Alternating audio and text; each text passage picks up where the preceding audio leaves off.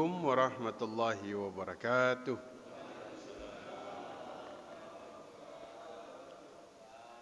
Alhamdulillah, alladzi la yansa man dzakara. Alhamdulillah, alladzi la yudayyi'u man syakara. Alhamdulillah, alladzi yajzi bihil ihsani ihsana wa bisabri najata wa ghufrana. Ashhadu an la ilaha illallah wa ashhadu anna Muhammadar Rasulullah. Allahumma salli ala sayyidina Muhammad wa ala alihi wa sahbihi wa man tabi'ahum ila yaumiddin, amma ba'du.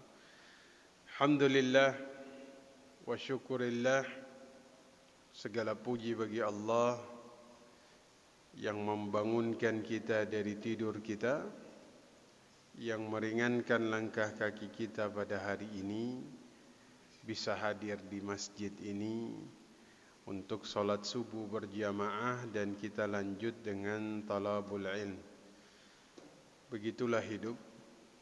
Kita berpindah dari satu yang wajib ke perkara yang wajib yang lain. Hari ini, sebagaimana tadi disampaikan, kita bahas tentang konsep kepemimpinan di dalam Islam. Saya buka dengan satu doa dari Fudail bin Iyad. Fudail bin Iyad ini tabi'ut tabi'in. Beliau ini punya satu perkataan yang kemudian membuat para sahabatnya ini agak bingung dengan doa beliau. Karena beliau mengatakan, "Lau anna li da'watun mustajabatun." Ya. Seandainya saya punya satu kesempatan di mana Allah itu memberikan doa saya ini mustajab. Hanya satu kali saja. Maka beliau katakan, "Ma ja'altuha illa fi sultan." Maka doa yang mustajab ini akan saya peruntukkan untuk pemimpin. Ya. Akhirnya para sahabatnya bertanya kepada beliau, "Ya Aba Ali, fassir lana hadzal kalam." Wahai Aba Ali, maksudnya Fudail bin Iyad, jelaskan perkataan ini kepada kami. Karena saya rasa jika satu orang diberikan kesempatan satu kali saja, doanya ini mustajab, maka apa yang kira-kira diminta? Bapak Ibu, kalau doanya mustajab, minta apa kepada Allah? Sehat, ya. Umur panjang, rezeki yang luas. Tapi Fudail bin Iyad mintanya satu. Ini doa saya peruntukkan kepada pemimpin. Maka ditanya oleh sahabat-sahabatnya, maksud dari perkataannya. Kata beliau, "Idza ja'altuha fi nafsi lam ta'udni." Kalau doa ini saya peruntukkan kepada diri saya pribadi, maka itu hanya terbatas untukku saja. Maksudnya, hanya saya yang merasakan manfaatnya. Wa idza ja'altuha fis sultan, kalau saya tujukan kepada seorang pemimpin, saluha, maka kemudian ya mereka jadi baik. Para pemegang kebijakan ini jadi baik. Pemimpin ini jadi baik. Sehingga kalau mereka jadi orang baik, fasaluha bisalahihil ibad wal bilad, maka kebaikan mereka ini akan kemudian berefek kepada masyarakat dan negara. Makanya dalam Islam ini yang paling banyak didoakan anak buah atau pemimpin, Pak? Pemimpin. Makanya hari ini kita bahas ya, agar kemudian kita punya pandangan, kita punya pertimbangan-pertimbangan di dalam kemudian memilih seorang pemimpin. Apalagi seperti disampaikan, ini adalah tahun-tahun di mana perhelatan kita ini yang berkaitan dengan pemangku kebijakan ini cukup banyak ya. Mulai dari caleg sampai puncak tertinggi presiden. Nah, kita lihat dulu Bapak Ibu sekalian yang dimuliakan Allah Subhanahu wa taala tentang konsep kepemimpinan ini di dalam Islam. Ada beberapa istilah yang digunakan di dalam Islam untuk kemudian membahasakan yang namanya pemimpin. Yang pertama disebut khalifah. Disebut apa? Khalifah. Sehingga tafsiran yang paling umum tentang pemimpin adalah khalifah. Khalifah ini artinya pengganti, Pak. Artinya apa? Pengganti. Ya. Wa idh qala rabbuka lil malaikati inni ja'ilun fil ardi khalifah. Allah mengabarkan kepada malaikat bahwasanya aku hendak menjadikan seorang khalifah di atas muka bumi. Jadi khalifah ini pengganti, Pak, artinya. Artinya apa? Pengganti. Waktu Allah kabarkan dalam ayat ini, aku hendak menjadikan seorang khalifah di atas muka bumi. Jadi sebelum kita manusia mendiami atas muka bumi ini, sudah ada makhluk yang sebelumnya mendiami bumi. Tapi mereka berbuat maksiat. Mereka menumpahkan darah. Mereka membuat kerusakan. Makanya Allah katakan kepada malaikat bahwa akan didatangkan khalifah, pengganti. Jadi pengganti dari makhluk yang sebelumnya. Makanya malaikat bertanya kepada Allah Subhanahu wa taala, qalu ataj'alu fiha may yufsidu fiha wa yasfiku ad-dima'ah. Kan ditanya sama malaikat, ini nanya bukan membantah. Kalau iblis dia membantah. Kalau malaikat dia bertanya, ya Allah, pada saat itu, mengapa engkau jadikan khalifah di atas muka bumi yang nanti membuat kerusakan, menumpahkan darah? Karena makhluk yang sebelumnya itu menumpahkan darah dan berbuat kerusakan. Maka dari sini kita pahami khalifah itu artinya apa? Pengganti.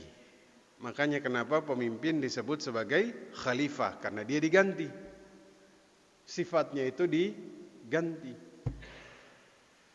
Jadi kalau ada pemimpin yang enggak mau diganti berarti bukan khalifah.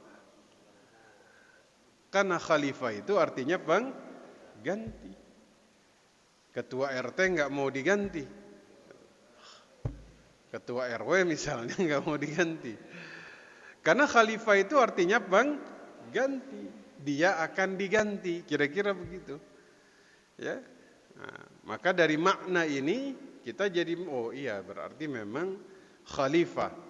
Khalifah ini ya orang yang apa? Dia terampil di atas muka bumi, dia jadi panutan. Ya. Nah, itu yang pertama. Yang kedua, pemimpin itu sering kemudian imam. Ya. Orang yang jadi imam ini bukan hanya pemimpin tapi kemudian dia menjadi contoh bagi orang lain. Ya. Dia menjadi contoh bagi orang lain. Makanya kalau kita lihat bagaimana konsep pemimpin ini, ibda binafsik. Ya, jika mau menjadi pemimpin, dia nanti jadi teladan, dia jadi panutan. Maka dia harus memulai dari dirinya sendiri, karena nanti dia akan diikuti oleh orang lain. Ya. Makanya istilah yang kemudian sering digunakan adalah imam. Ya. Nah, makanya kalau dia kemudian diikuti, maka dia harus menjadi teladan yang baik. Ya. konsep yang paling sederhana sampai yang paling besar. Ya. Di dalam safar saja kita diperintahkan untuk mencari seorang pemimpin dalam safar, walaupun hanya 3 orang, agar nanti dia bisa menjadi teladan, ya. Dia bisa menunjukkan, dia bisa memutuskan perkara-perkara yang berkaitan dengan orang-orang yang bersafar dengan dia. 3 saja angkat 1. Ini banyak, ya. Dalam satu kabupaten, satu provinsi, satu negara. Ini kan berarti lebih besar lagi, ya. Yang ketiga, ulil amri. Apa? Ulil amri ini orang yang diserahkan urusan atau amanah, ya. Dalam surah An-Nisa, ya, ayat 59, ya ayyuhalladzina amanu atii'ullah wa atii'ur rasul wa ulil amri minkum. Ya. Wahai orang beriman, taati Allah, taati Rasul, dan ulil amri di antara kalian. Ya. Yang keempat, riayah. Riayah ini ra'in, pemimpin. Ya. Jadi dia itu punya sifat itu pengayom. Ya, seperti seorang penggembala. Ra'al ghanam. Para nabi itu semuanya rata-rata penggembala. Betul? Nabi Musa alaihi salam, Nabi Muhammad sallallahu alaihi wasallam. Karena disitulah mereka dibentuk, kata Ibnu Hajar al-Asqalani, mereka dibentuk untuk nanti kemudian bisa mengayomi umatnya. Ra'in, penggembala, ya, karena nanti ada karakteristik pemimpin di situ. Ya, ada karakteristik pemimpin. Ya. Itu karakteristik atau 4 terminologi pemimpin dalam Islam. 1 apa? Khalifah. 2 apa? Imam. 3 apa? Ulil amri. 4 apa? Riayah. Ya. Maka 4 konsep ini sebenarnya sudah mencakup, ya. Khalifah, seorang pemimpin, itu diganti karena konsepnya dia akan berganti, ya. Maka dari sini Bapak Ibu sekalian, kita coba lihat sedikit di dalam sejarah, ya, bagaimana nanti karakter yang kemudian ada di dalam Islam ini yang berkaitan dengan pemimpin. Kita masuk ke contohnya dulu. Saya akan langsung ambil contoh dari seorang penakluk 2 imperium besar dalam sejarah Islam. Siapa yang menaklukkan Persia dan Romawi, Bapak Ibu? Umar bin Khattab. Ya, Umar. Umar ini dulu punya seekor onta. Ya. Setiap hari diperah susunya. Ya. Suatu saat budaknya ini bawa segelas susu. Ya. Dan Umar bin Khattab kemudian selalu bertanya. Ini karakteristik mereka ini. Ya. Sama seperti Abu Bakar. Hal yang paling kecil selalu kemudian ditanya sumbernya. Selalu ditanya sumbernya. Ini dari mana? Abu Bakar kan pernah dibawakan roti oleh budaknya. Beliau tanya, ini dari mana? Sampai satu hari beliau lagi puasa, dibawakan roti, beliau enggak nanya lagi ini dari mana, langsung dimakan. Tapi waktu diceritakan ini berasal dari uang hasil meramal, langsung beliau ambil dari tenggorokannya, beliau keluarkan sampai hampir mati. Ya. Umar itu bertanya, ini dari mana? Dia bilang ini susu dari onta Baitul Mal. Kebetulan anaknya mati, maka susunya membengkak. Saya ambil susunya, inilah saya berikan kepadamu ya Amirul Mukminin. Istilah pemimpin juga Amirul Mukminin. Itu ada di zaman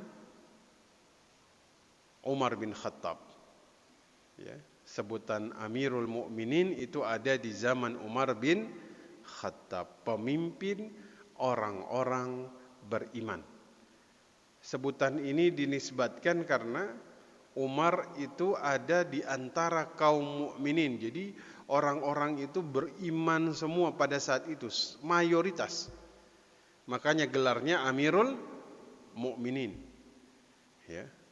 Karena mayoritas kaum muslimin itu pada saat itu bukan hanya muslim tapi beriman, makanya mereka juluki Umar Amirul Mukminin. Rakyatnya beriman, dikasih pemimpin sekelas Umar. Jadi rakyat dan pemimpinnya itu bagai dua mata uang yang tidak bisa dipisahkan. Refleksi rakyat ada pada pemimpin, refleksi pemimpin ada pada rakyat. Ingat, ya, nggak mungkin sekelompok domba dipimpin oleh seekor singa, Pak. Dimakan semuanya singanya, betul? Singa itu hanya akan memimpin sekelompok singa. Jelas. Harimau hanya akan memimpin sekelompok harimau. Jadi kalau kita pengen dipimpin oleh seseorang, kita harus merubah diri kita jadi orang beriman agar Allah juga memberikan pemimpin yang beriman. Sama seperti Umar dulu ya. Karena rakyatnya itu sebagian besar beriman, maka ya pemimpinnya sekelas sama rakyatnya. Umar ketika dikasih susu, pertanyaannya dari mana? Saat itu kan dia bilang bahwa ini susu dari onta Baitul Mal. Ontanya ini anaknya mati, maka susunya membengkak. Umar marah besar pada saat itu. Apa yang beliau lakukan? Beliau bilang, kamu memberi saya air minum dari api neraka. Subhanallah. Maka cari pemimpin kayak begini, Pak. Pemimpin yang khawatir tentang keharaman dan kehalalan dari apa yang kemudian masuk ke dalam dirinya. Tuh. Ini kita belum masuk nih, kita masih masuk karakter-karakter pemimpin-pemimpin dalam sejarah Islam dulu ya. Dulu, Pak. Nah, ini Ibnu Asakir itu mengatakan bahwa Umar bin Khattab pernah datang ke Syam, Damaskus ya. Waktu itu yang jadi gubernur Abu Ubaidah. Ya. Sampai di gerbang kota Damaskus, Umar turun dari tunggangannya, dari ontanya. Dia tuntun ontanya, sepatunya itu dia kepit di ketiaknya. Abu Ubaidah itu merasa malu dengan apa yang dilakukan oleh Amirul Mukminin. Akhirnya dia mengatakan, ya Amirul Mukminin, engkau disambut oleh para pembesar Syam dan melakukan hal seperti ini. Umar marah besar.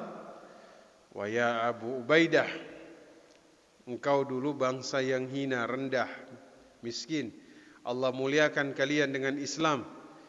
Jika kalian mencari ketinggian martabat selain Islam, niscaya Allah rendahkan derajat kalian. Jadi cari pemimpin yang tawaddu. Ya. Umar bin Khattab ini tawaddunya luar biasa, Pak. Masya Allah. Maka tawaddu ini nanti jadi ukuran, Pak. Cari yang tawaddu. Ya. Bukankah penaklukan Yerusalem dulu ketika Umar bin Khattab datang untuk mengambil kuncinya dari pembesar Yahudi? Umar itu datang hanya 2 orang, naik seekor onta, gantian ketika naik Insyaallah. Sehingga sifatnya ini membuat para pembesar-pembesar Yerusalem kagum dengan akhlaknya. Ya. Maka dalam diri Umar ini banyak sekali prototipe kepemimpinan Islam yang dicatat dalam sejarah. Ya. Termasuk Bapak Ibu sekalian, amanahnya Umar. Ya. Umar ini dalam penaklukan Persia ini terakhir ditaklukkan oleh Umar bin Khattab. Ya. Mereka dapat harta ghanimah yang cukup banyak. Ya. Sampai membentuk bukit di atas Masjid Nabawi. Ditutup pakai kain hitam. Umar perintahkan tunggu besok baru kita buka. Waktu dibuka, Abbas bin Abdul Muttalib, ya, Umar bin Khattab, Ali bin Abi Thalib, Abdurrahman bin Auf, semua sahabat itu kumpul. Waktu dibuka penutup dari harta ghanimah tersebut, apa yang mereka temukan? Harta, permata, emas, berlian, zamrud yang belum pernah mereka lihat sebelumnya. Ya, sampai ada seorang kaum muslimin yang mengatakan dia melihat Umar tuh menangis, Pak. Ya Amirul Mukminin, ini bukan hari kesedihan. Ini hari rasa syukur dan kegembiraan. Kata Umar, demi Allah, wallahi saya menangis karena takut ini pertanda buruk. Tidaklah harta sebanyak ini dimiliki oleh suatu kaum, melainkan mereka akan saling bermusuhan. Bahkan saat itu Umar langsung menghadap kiblat. Beliau mengangkat tangannya, kemudian beliau berdoa, ya Allah, jangan jadikan harta ini sebagai asbab menarik kami ke lembah kebinasaan. Sesungguhnya aku mendengar firman-Mu, walladzina kadzabu biayatina sanastadrijuhum min haitsu la ya'lamun. Dan orang-orang yang mendustakan ayat kami, nanti akan kami tarik mereka berangsur-angsur ke jalan kebinasaan dengan cara yang tidak mereka ketahui. Ya. Umar langsung panggil, mana Suraqah bin Ju'sum? Bapak Ibu tahu Suraqah bin Ju'sum? Dulu waktu Nabi hijrah ke Madinah, dia yang mengejar Nabi. Ketika dia tahu ini Nabi Muhammad, tapi kudanya terperosok ke dalam tanah, dan dia menyerahkan kuda dan perbekalannya kepada Nabi, dan Nabi dia menyatakan diri masuk Islam. Nabi bilang, suatu saat kamu akan memakai gelang Raja Kisra, Raja Persia. Maka Umar mencari mana Suraqah, gelang Raja Kisra. Umar pakaikan di tangan seorang Suraqah bin Ju'sum, seorang Badui. Masya Allah. Waktu itu Umar bin Khattab, yang ini kita masih bicara amanahnya Umar ini. Innal ladzina adda hadzal amin. Jadi beliau balik-balikkan harta itu, kemudian beliau bilang, prajurit yang menyerahkan harta ini orang-orang amanah semuanya. Al-amin. Ya. Saat itu antum bayangkan, Pak, mereka bawa ini harta sebanyak itu, bawa ke Madinah, taruh di depan Nabawi, hanya ditutup pakai kain hitam, dan semuanya sempurna, tidak ada yang berkurang satupun. Umar kagum. Bisa saja dalam perjalanan ke Madinah ada yang ambil permata satu buah, ya kan? Wah, ini emas satu batang mantap nih, langsung pensiun jadi tentara, ya kan? Tapi Umar bilang ini luar biasa ini, benar-benar orang-orang yang amanah. Satu prajurit kemudian mengatakan satu perkataan, Bapak Ibu, yang ini jadi salah satu konsep yang kita bahas pada pagi hari ini. Anta aminullah, engkau orang yang jujur, yang dipercaya oleh Allah. Wahum yu'adduna ilaika ma addaita ilallah. Ya, engkau orang yang Allah percayakan amanah sebagai khalifah. tentunya kami para prajurit akan amanah, ya, akan amanah menyerahkan harta ini, ya. Nah, karena engkau amanah. Tuh, kan tadi saya bilang, pemimpinnya amanah, rakyatnya amanah. Rakyatnya enggak amanah, pemimpinnya juga tidak amanah. Umar pada saat itu karena kata prajuritnya, engkau ini orang yang kemudian amanah dan satu menjalankan perintah Allah. Tuh, kalau engkau khianat, maka kami khianat. Maka lagi-lagi refleksi, Pak. Bukan hanya pemimpinnya yang amanah, Pak. Kita sebagai rakyat juga harus amanah. Barulah kemudian dia akan terrefleksikan kepada seorang pemimpin. Ya. Atau Bapak Ibu pernah mendengar seorang Umar bin Abdul Aziz. Umar bin Abdul Aziz ini cicitnya Umar. Ya. Beliau tuh pernah menolak berwudu dari air yang dipanaskan dari tungku Baitul Mal. Bisa dibayangkan? Air yang dipanaskan dari tungku Baitul Mal, beliau menolak berwudu dari situ karena menganggap ini fasilitas negara. Ya Allah, dahsyat ya. Bagaimana konsep kepemimpinan dalam sejarah Islam itu mengajarkan tentang amanah, ya. Jadi dulu itu beliau ini jadi khalifah. Semua hartanya itu diserahkan ke Baitul Mal. Itu Umar bin Abdul Aziz. Ya. Jadi orang yang kaya wafat itu sebagai seseorang yang miskin. Umar bin Abdul Aziz. Uangnya itu tinggal 18 dinar, Pak. 9 buat kafan dan kuburannya, 9 buat ahli warisnya. Itu ada 11. Bisa dibayangkan? Ya. Semua hartanya itu memang diserahkan semuanya. Termasuk istrinya ini Fatimah, itu punya kalung yang sangat berharga, ditaruh juga di Baitul Mal. Makanya waktu Umar bin Abdul Aziz wafat, petugas Baitul Mal itu mendatangi istri dari Umar bin Abdul Aziz. Ya Ummul Mukminin, kalung yang dulu kamu serahkan di Baitul Mal masih ada. Jika kamu inginkan, kami kembalikan. Apa kata beliau? Dari waktu masih hidup, saya setia kepada Umar bin Abdul Aziz sebagai seorang istri. Sampai meninggal pun saya akan tetap setia. Biarkan di situ. Itu hartanya itu semuanya diserahkan ke Baitul Mal. Ali bin Abi Thalib jadi khalifah. Setiap tahun beliau masukkan 6.000 dirham ke Baitul Mal. Subhanallah. Bisa dibayangkan ya. Jadi mereka cari pemimpin yang tidak mengejar kekayaan dalam kepemimpinan. Walaupun mustahil. Makanya Umar itu kan mencatat, Pak.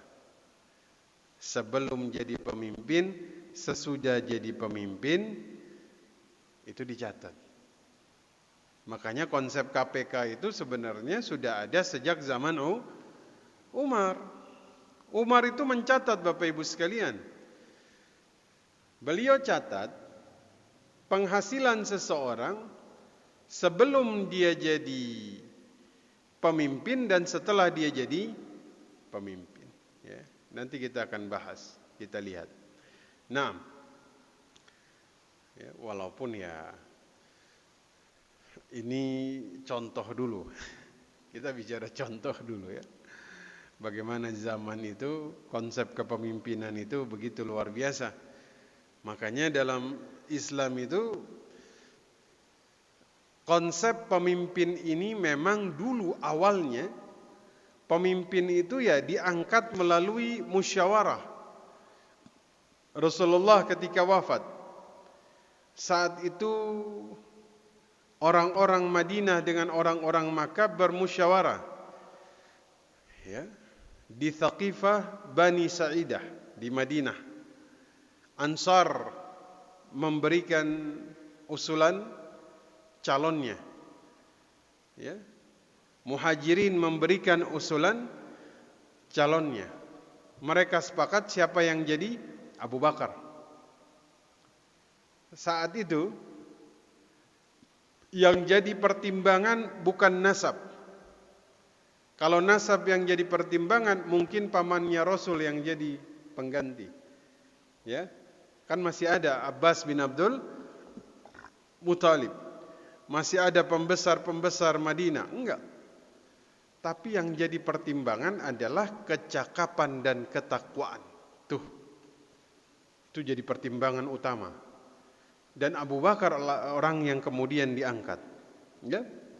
Nah, maka Bapak Ibu sekalian, yang pertama yang menjadi syarat, dan ini akan menjadi salah satu pertimbangan pertama di dalam memilih seorang pemimpin di dalam syariat Islam. Dia harus memiliki yang namanya siddiq. Siddiq itu orang yang jujur. Afwan al-amin. Ya, ini nanti satu rangkaian. Amin, siddiq, tabligh, fatanah. 4 ini menjadi salah satu kriteria. 1 apa? Amin. 2 apa? Siddiq. 3 apa? Tabligh. 4 apa? Fatanah. 3 dan 4, tabligh dan fatanah, kemampuan dia untuk beretorika, kemampuan dia untuk menyampaikan, kecerdasan dia, ini banyak ditemukan, Pak. Tidak kurang orang yang memiliki kemampuan tabligh dan fatanah. Betul? Kalau antum lihat seseorang dalam berorasi dia jago, ya banyak, Pak. Betul?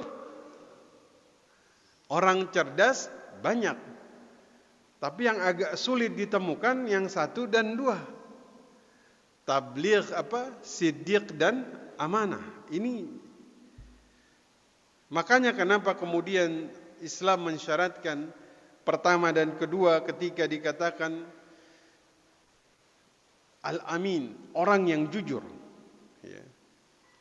Bahwa ternyata bukan hanya orang jujur dan siddiq, dia harus punya kecakapan, karakter yang kuat. Ya. Harus punya karakter yang kuat. Seperti Nabi Musa alaihi salam. Dulu sahabat Abu Dzar Al-Ghifari pernah mendatangi baginda Nabi sallallahu alaihi wasallam.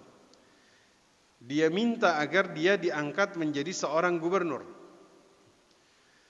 Bapak Ibu tahu Abu Dzar Al-Ghifari, banyak hadis yang diriwayatkan dari beliau. Sahabat yang jujurnya tidak diragukan. Makanya Nabi mengatakan, ya Abu Dzar, innaka dhaif. Kamu lemah. Maksud lemah ini secara jujurnya luar biasa. Tapi jadi pemimpin ini enggak bisa orang lemah, Pak. Makanya Nabi bilang, innaka dhaif. Innaha amanah. Mengurus pemerintahan ini amanah. Enggak boleh orang yang lemah. Wa innaha yaumal qiyamah khazyun wa nadamah. Dan dia bisa menjadi sumber kehinaan dan penyesalan nanti di hari kiamat. Maka orang yang menerima jabatan ini adalah orang yang memang layak untuk mengemban amanah ini, kata Nabi sallallahu alaihi wasallam. Illa man akhadhaha bihaqqiha. Dari sini maka zaman dulu itu enggak akan berani orang itu mencalonkan dirinya jadi pemimpin kecuali yang betul-betul amanah, yang karakternya kuat. Karena standar mereka sangat tinggi dulu. Makanya Umar bin Abdul Aziz waktu diangkat kalimatnya inna lillahi wa inna ilaihi raji'un. Beda, Pak. Enggak tasyakuran 7 hari 7 malam. Ya. Tapi inna lillahi wa inna ilaihi rajiun. Karena mereka tahu ini kalau salah langkah maka jadi sumber malapetaka di akhirat. Ya. Umar itu pernah mengangkat Ammar bin Yasir jadi gubernur di kota Kufah. Bapak Ibu tahu Ammar bin Yasir? Ammar bin Yasir ini punya ibu namanya Sumayyah. Sumayyah ini meninggal ditombak oleh Abu Jahal. Wanita yang syahid pertama di dalam sejarah Islam. Tapi karena kemudian Jarir bin Abdullah Al-Bajali mengatakan bahwasanya Ammar ini tidak cakap, maksudnya tuh bukan tidak jujur. Ingat, ini tidak cakap tuh maksudnya beliau jujur, tapi kemudian kecakapannya di dalam mengurus pemerintahan kota ini kurang.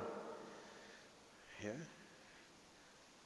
Seorang sahabat yang dijanjikan surga, mendapatkan surga karena istiqamahnya terhadap Islam ketika menghadapi ujian di awal-awal Islam dulu, ya kan? Kan disiksa semua. Ya. Tapi karena ketidakcakapannya makanya diganti oleh Umar bin Khattab. Ya. Masya Allah. Mudah-mudahan Allah berikan kepada kita yang jujur dan cakap. Ya.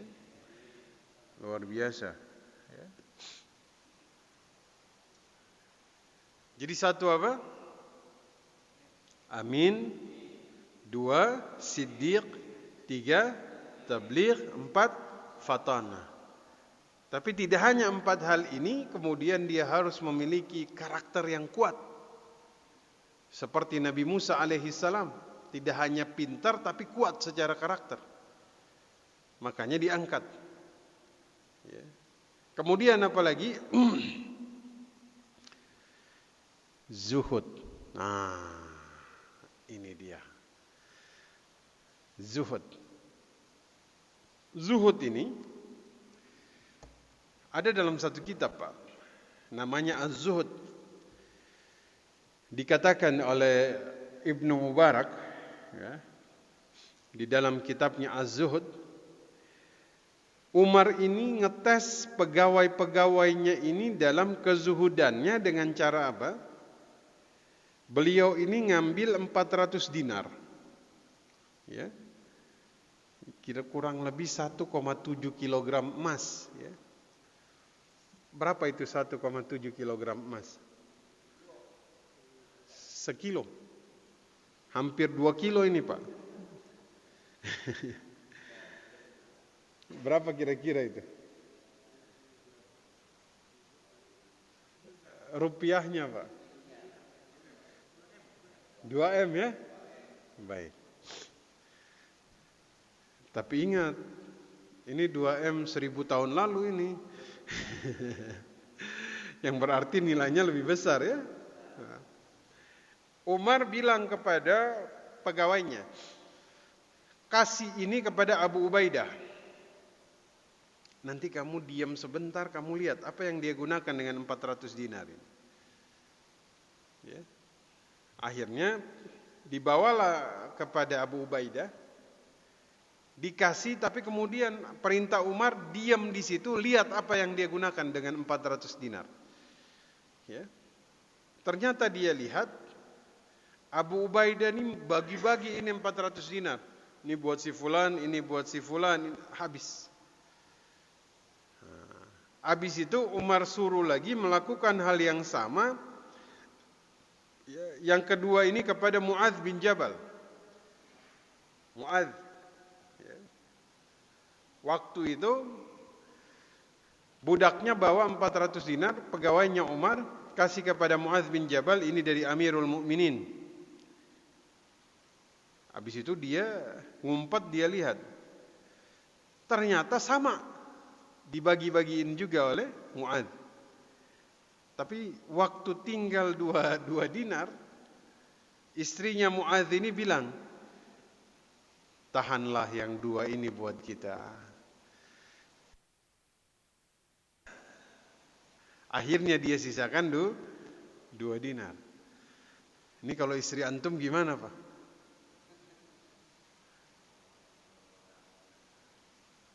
Dikasih 400 dinar, dibagi-bagi, tinggal 2, baru istrinya suruh tahan. Ya, mungkin kalau istri kita gini zaman sekarang, baru bagi 2 dinar dia udah tahan, udah.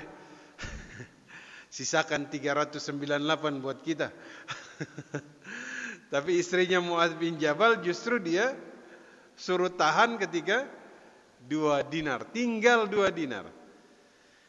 Ketika dilaporkan kepada Umar bin Khattab, Umar tersenyum kemudian mengatakan, innahum ikhwah. Ya, mereka 2 ini sahabat. Ba'duhum min ba'din. Dua-duanya ini bersaudara sehingga karakternya sama. Ini yang disebut. Maka cari pemimpin yang zuhud. Ya. Cari yang zuhud. Ya. Cari yang bagi-bagiin duit bukan pas nyalon doang.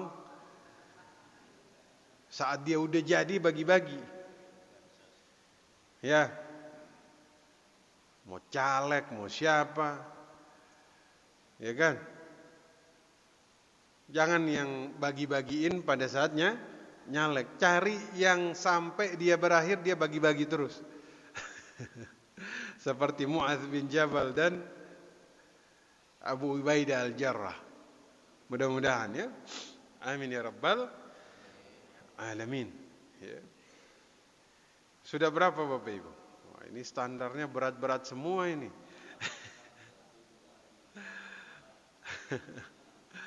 Enam ya? Insyaallah. Temukan itu satu dari beberapa perkara tadi. Ya. Tapi yang paling penting itu pertama dan kedua. Ya. Amin, Siddiq, tabligh, fatana, karakternya kuat, orangnya zuhud, tawaddu. Wah, ini bahaya ini Ustaz, standarnya kebanyakan ini. Kalau pakai standar ini udah nggak ada udah nih Ustaz. Habis udah ini. Insya Allah. Ya, minimal ada sifat amanah dan siddiq melekat pada dia, doakan. Semoga Allah kuatkan agar dia dikasih sifat zuhud, dikasih karakter yang kuat. Ya, dikasih tabligh dan fatana. Ya. Karena memang kalau kita berbicara tentang kepemimpinan ini di dalam syariat Islam, ya, ini diatur sehingga kemudian mereka bisa memberikan maslahah kepada orang lain. Ya. Maslahah. Ya. Karena pemimpin ini kalau sampai mereka tidak ada, kekosongan kepemimpinan ini bisa mengakibatkan terjadinya madarat. Ya. Makanya kenapa Abu Bakar itu diangkat di hari Nabi dikuburkan. Karena enggak boleh ada kekosongan kepemimpinan walaupun cuma 1 hari saja. Ya. Walaupun cuma 1 hari. Ya, itulah kenapa pemimpin itu mulia di hadapan Allah Subhanahu wa taala. Jika dia melakukan tugasnya dengan baik, ya, jika dia kemudian melaksanakan amanahnya dengan baik. Ya, tapi kita ini semuanya pemimpin, sekecil apapun ya, kapasitas kita. Pemimpin rakyat, ya, pemimpin rumah tangga, kullukum ra'in. Kita ini semuanya adalah pemimpin dan akan dimintakan pertanggungjawaban. Ya, 7 golongan yang akan diberikan perlindungan Allah. Siapa golongan pertama yang disebutkan sebelum golongan yang lain? Imamun adil. Pemimpin yang adil disebut duluan. Disebut duluan, Pak. Melebihi 6 golongan yang lain yang juga memiliki kemuliaan dan keutamaan yang luar biasa. Ahli sedekah itu disebutkan setelah disebutkan pemimpin yang adil. Ya. Orang yang berzikir di tengah malam, dia meneteskan air mata, itu disebutkan setelah pemimpin yang adil. Seperti yang dikatakan Fudail bin Iyad, kalau pemimpinnya baik, maka semuanya baik. Maka kenapa saya peruntukkan doa mustajab saya kepada pemimpin? Dia punya kemuliaan. Ya, makanya khutbahnya Abu Bakar As-Siddiq ketika beliau menjadi seorang khalifah, beliau diangkat. Ya, apa yang kemudian beliau sampaikan? Amma ba'du ayyuhan nas. Ya. Wahai manusia, kita artikan, sesungguhnya aku telah kalian percaya untuk memangku jabatan khalifah. Padahal aku bukan yang paling baik di antara kalian. Tuh, lihat. Dari sini, dari awal mukaddimah saja sudah dilihat tawadhunya. Apa beliau bilang? Aku bukan yang paling baik di antara kalian. Jadi orang yang tidak merasa paling baik di antara yang lain. Ya. Kemudian beliau katakan, sebaliknya kalau aku salah, luruskan aku. Maka pemimpin yang baik, ketika dia diluruskan, dia dengar. Lihat khutbahnya Abu Bakar. Kalau aku salah, maka luruskan aku. Tapi kita meluruskan juga dengan cara yang baik. Apa kata beliau kemudian? Ya, kalau aku kebenaran adalah kepercayaan, dusta adalah pengkhianatan, orang yang lemah di kalangan kalian adalah yang kuat dalam pandanganku. Lihat. Orang yang lemah di antara kalian adalah yang kuat dalam pandanganku, kata beliau. Sesudah hak-haknya aku berikan kepadanya. Kalau orang yang kuat di antara kalian aku anggap lemah, setelah haknya saya ambil. Ya. Bila ada yang meninggalkan perjuangan di jalan Allah, maka Allah akan menghinakannya. Bila kejahatan sudah meluas pada satu golongan, maka Allah sebarkan bencana kepada mereka. Taati aku selama aku taat kepada Rasul dan Allah, tetapi selama aku tidak taat kepada Allah dan Rasulnya, gugurlah kesetiaan kalian kepadaku. Laksanakan salat, Allah akan memberikan rahmat. Ini dahsyat. Alhamdulillah. Ini nilai yang terkandung di dalamnya banyak sekali, Pak. Satu saja, dia tidak merasa dirinya lebih baik dari yang lain. Ya. Lihat bagaimana beliau ini meluruskan semuanya sebelum beliau ini bekerja. Ya. Jadi sudah tampak di awal khutbahnya beliau konsep yang kemudian ada di dalam dirinya. Ya, maka wajar Bapak Ibu sekalian. Umar dulu ada satu jalan yang rusak, langsung diperbaiki, ya, sampai beliau takut. Karena beliau katakan, ini kalau enggak saya benerin ini jalan, ketika seekor keledai terperosok di jalanan kota Baghdad, nanti Umar akan ditanya sama Allah, lima lam tuslihu lahat tariq. Ya Umar, kenapa jalan ini enggak engkau benerin? Tuh, Umar ada keledai terperosok, dibenerin Pak. Takut dihisab, nanti ditanya, Umar, kenapa jalan ini enggak dibenerin? Ya Allah, coba riwayat ini para pemimpin tahu, mungkin enggak ada jalan yang berlubang di Tangerang ini ya.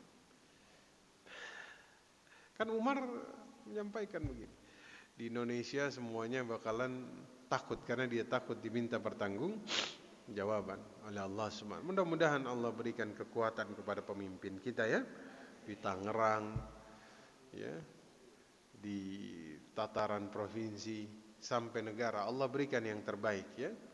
Amin ya rabbal alamin ya, agar kemudian kita ini ya bisa merasakan kebaikan dari generasi ke generasi ya. Umar bin Khattab ini memiliki karakter yang memang cukup luar biasa Bapak Ibu sekalian ya. Ada dalam satu riwayat ya, ini untuk menutup Sebenarnya nih bahas pemimpin ini panjang, Pak.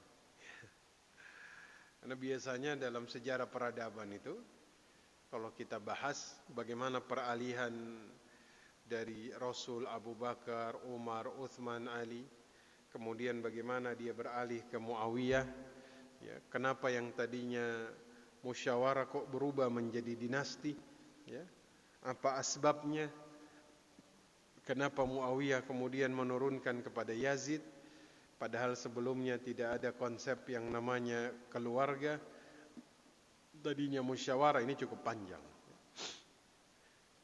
Perjalanannya cukup panjang, tapi saya singkat saja hari ini. Suatu malam, Umar bin Khattab ini, beliau rutin ya, punya kebiasaan Bapak Ibu sekalian.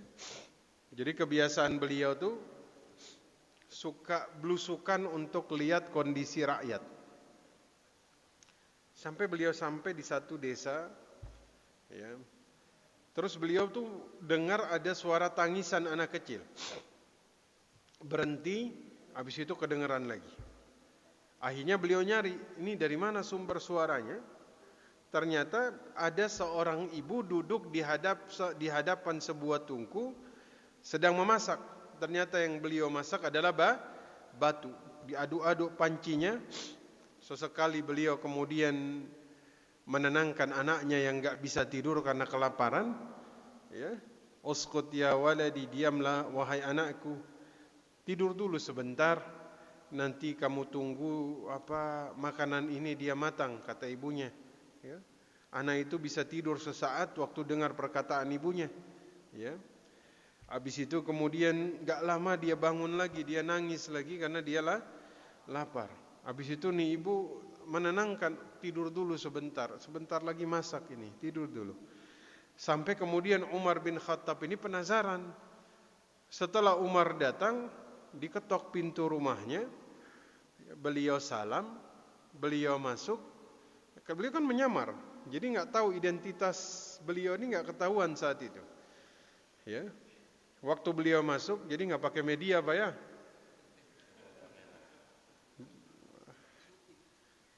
Nggak pakai publikasi, ya, nggak disebarluaskan, diam-diam menyamar. Ya, akhirnya beliau nanya satu pertanyaan, apa yang dimasak, ya, dan apa yang membuat anakmu ini nggak berhenti nangis. Akhirnya nih ibu cerita, kita nih lapar, nggak punya makanan, ya. Yang dimasak nih batu, Pak. Hanya untuk menghibur anaknya ini, seolah-olah ibunya ini memasak. Ya. Saat itu nih ibu karena nggak tahu ini Amirul Mukminin, dia tuh mohon maaf, dia sempat mengumpat. Ya. Celakalah Amirul Mukminin Umar bin Khattab membiarkan rakyatnya kelaparan. Ya. Umar saat itu Bapak Ibu sekalian, beliau pergi kemudian beliau menangis memohon ampunan kepada Allah Subhanahu wa taala. Ya. Beliau tuh merasa jadi pemimpin beliau teledor. Sampai Umar tuh sempat bicara, Umar tidak akan makan keju sampai orang terakhir dalam kepemimpinan Umar itu makan keju. Umar tuh pernah menjamu, semuanya makan daging, beliau tuh makan roti yang keras. Saking kerasnya beliau terhadap diri beliau pribadi. Beliau itu menangis mohon ampunan kepada Allah Subhanahu wa taala. Masya Allah, ya. Jadi waktu saat itu Bapak Ibu sekalian, ya, Umar tuh sampai beliau tuh kan tidur di bawah pohon korma, Pak. Ya, tidur di bawah pohon korma. Ya, ini masa di mana Masya Allah raja-raja yang ada di Romawi, Persia, ya, itu hidup di dalam kegemilangan harta, yang Umar tuh justru tidur di bawah pohon korma, Pak. Masya Allah, ya, luar biasa. Makanya Umar tuh selalu berada di tengah-tengah rakyatnya, ya. Tidak nampak kebesaran seorang pemimpin, artinya tidak